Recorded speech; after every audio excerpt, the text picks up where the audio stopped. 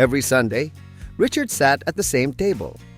Family around him, voices filling the room, laughter, conversations, movement. Everything looked full. But inside, something felt quiet. Too quiet. He smiled when they spoke to him, nodded at the right moments. No one noticed anything was wrong, because nothing was wrong on the outside. But on the drive home that evening, he felt it again. That strange emptiness. Not sadness. Not exactly. Just distance. Like he was present, but not really there. What he didn't realize was, this feeling wasn't about being alone. It was about something deeper, slowly changing within him. Loneliness after 50. My friend, this is one of the most misunderstood experiences I've seen in older adults. People imagine loneliness as empty rooms, silent houses, phones that never ring. But the truth is often much more subtle than that. You can be surrounded by people and still feel completely disconnected. I've sat with many patients over the years who told me, "Doc, I'm not alone, but I feel like I am." And when they said that, I knew exactly what they meant. Because connection isn't just about presence, it's about engagement, about feeling seen, heard, understood. And as life changes after 50, those moments of deep engagement often become less frequent. Not because people care less, not because families drift apart, but because routines become predictable. Conversations become shorter, more practical, more about logistics than life. What time are you coming? Did you eat? Everything okay? Simple questions, necessary ones, but rarely meaningful. And slowly, something begins to fade. Not your relationships, but the depth within them. I once had a patient named Walter, 71 years old, retired engineer. He had a loving wife, 2 adult children, and 3 grandchildren. His house was rarely quiet. Yet one afternoon he told me, very calmly, "Doc, I feel like I'm watching life, not living inside it." That sentence stayed with me for years. Because mental health over 50 is deeply tied to emotional stimulation. Not excitement, not noise, but meaningful interaction. Moments where your mind feels involved. Your thoughts feel valued. Your stories feel welcome. Without those moments, your world can feel full, but emotionally quiet. And that quiet feeling, it's difficult to explain. Because nothing looks broken. You're not abandoned. You're not ignored. But something inside feels less engaged, less alive. And over time, you begin to adapt to that feeling. You speak less, share less, expect less from conversations. Not consciously, just naturally. Because it feels easier, safer, quieter. But that ease, my friend, comes with a cost. A slow drift away from emotional connection. And when emotional connection fades, mental health begins to shift in ways most people don't immediately recognize. Richard didn't notice it at first, and honestly, most people don't. He had what many would call a good life, a routine, a stable home, family nearby, familiar rhythms that made each week predictable. Predictability feels safe, comforting, but sometimes predictability quietly replaces curiosity. And that's when emotional engagement begins to fade. Then one evening, something small happened. The kind of moment most people would forget. But for Richard, it changed everything. His granddaughter, about 8 years old, sat beside him on the couch, holding a school notebook. She looked up at him and asked, "Grandpa, what was your favorite part of your life?" A simple question, but a powerful one.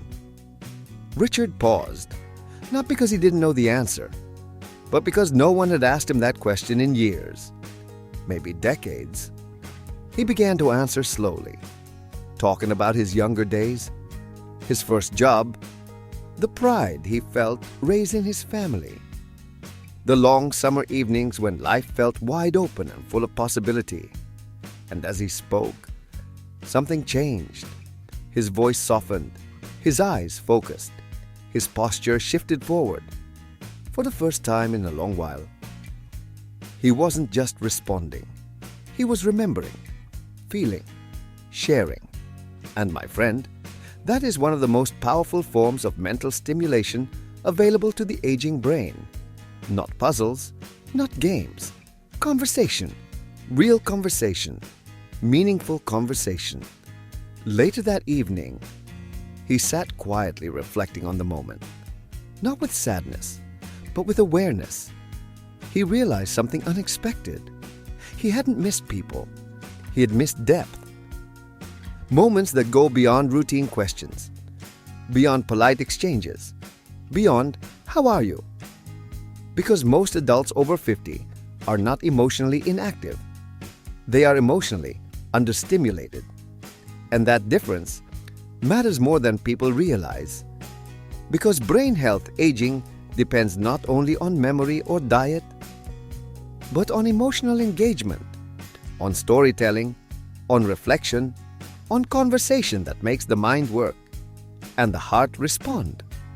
And once Richard felt that shift, he couldn't ignore it anymore. When emotional connection fades, it doesn't shatter your world. It softens it, gradually, quietly. First, it affects your mood, not dramatically, just subtly. You feel less excited about things that once brought joy, less interested in conversations that once energized you. Then, it begins to affect your thoughts. You reflect less, imagine less, dream less. Not because your brain is failing, but because nothing is pulling it into deeper thought. And that's where loneliness after 50 connects directly to brain health aging. Your brain thrives on stimulation, not just mental tasks, but emotional ones. Moments that require memory, storytelling, interpretation, connection. Without that stimulation, your brain becomes efficient, but less expressive, less curious, less engaged. And over time, life begins to feel more routine, more repetitive, less vibrant. Not because life itself changed, but because your interaction with it did. I remember a woman named Linda, 75 years old, who once told me, "Doc's days feel shorter now. Not because time moves faster, but because nothing feels new." That statement carries a deep truth. Novelty and connection keep the brain alive. Curiosity keeps the spirit awake. Without them, the inner world grows quieter, not peaceful, just less active. And perhaps the most difficult part? It feels normal because it happens slowly. So you accept it, adapt to it, live within it, without realizing something meaningful has faded. Not your intelligence, not your memory, but your engagement with life itself. Richard didn't decide to change everything overnight. And that's important, because meaningful change rarely comes from dramatic action. It comes from small, intentional shifts. The next time he spoke with his daughter, he asked a different question. Not, "How was your day?" but, "What made you think today?" At first, it felt unusual, almost awkward, but something opened. His daughter paused, then answered thoughtfully. The conversation lasted longer than usual, felt deeper, more personal, more alive. And that moment showed Richard something powerful. Depth invites depth. Then he made another change. He began sharing more of his own thoughts, not just updates, not just facts, but reflections, memories, opinions. At first, it felt unnecessary, even uncomfortable. Many older adults believe they shouldn't take up too much space in conversations. But my friend, your stories matter, your experiences matter, your reflections are powerful tools for mental health over 50. And something surprising happened. People responded, not perfectly, not every time, but genuinely. Because when one person opens emotionally, others often follow. He also made time for reflection. Not distraction, not television, not endless scrolling, just quiet thinking. Looking out the window, remembering past experiences, letting his mind wander, reconnect. Because longevity habits are not just physical, they are emotional, mental, relational, and emotional engagement. Like physical mobility, can be rebuilt slowly, gently, consistently. A few weeks later, Richard noticed something subtle. Not in his surroundings, not in his routine, but in how he felt inside those moments. Conversations felt richer, not louder, not busier, just more meaningful. Moments felt more present, more alive. He wasn't just sitting at the table anymore. He was participating, sharing, listening with curiosity. And that involvement changed everything. Because loneliness after 50 isn't always about physical isolation. It's about emotional distance, feeling unseen, even in a crowded room. But when connection deepens, that distance begins to shrink. Not instantly, but steadily. And what replaces it is something quiet, but powerful. A sense of belonging, not just to others, but to your own life experience. My friend, if you've ever felt that quiet distance, that subtle emptiness, that strange feeling of being present, but not fully engaged, you are not alone. I've seen this many times. And more importantly, I've seen it change. Not through dramatic moves, not through big life changes, but through small moments of reconnection. A deeper question, a longer conversation, a shared memory. Because sometimes, the difference between feeling alone and feeling connected is just one meaningful conversation away. And when that conversation happens, something inside begins to awaken again. Curiosity returns. Energy returns. Presence returns. And with it, something even more valuable. A renewed sense of purpose.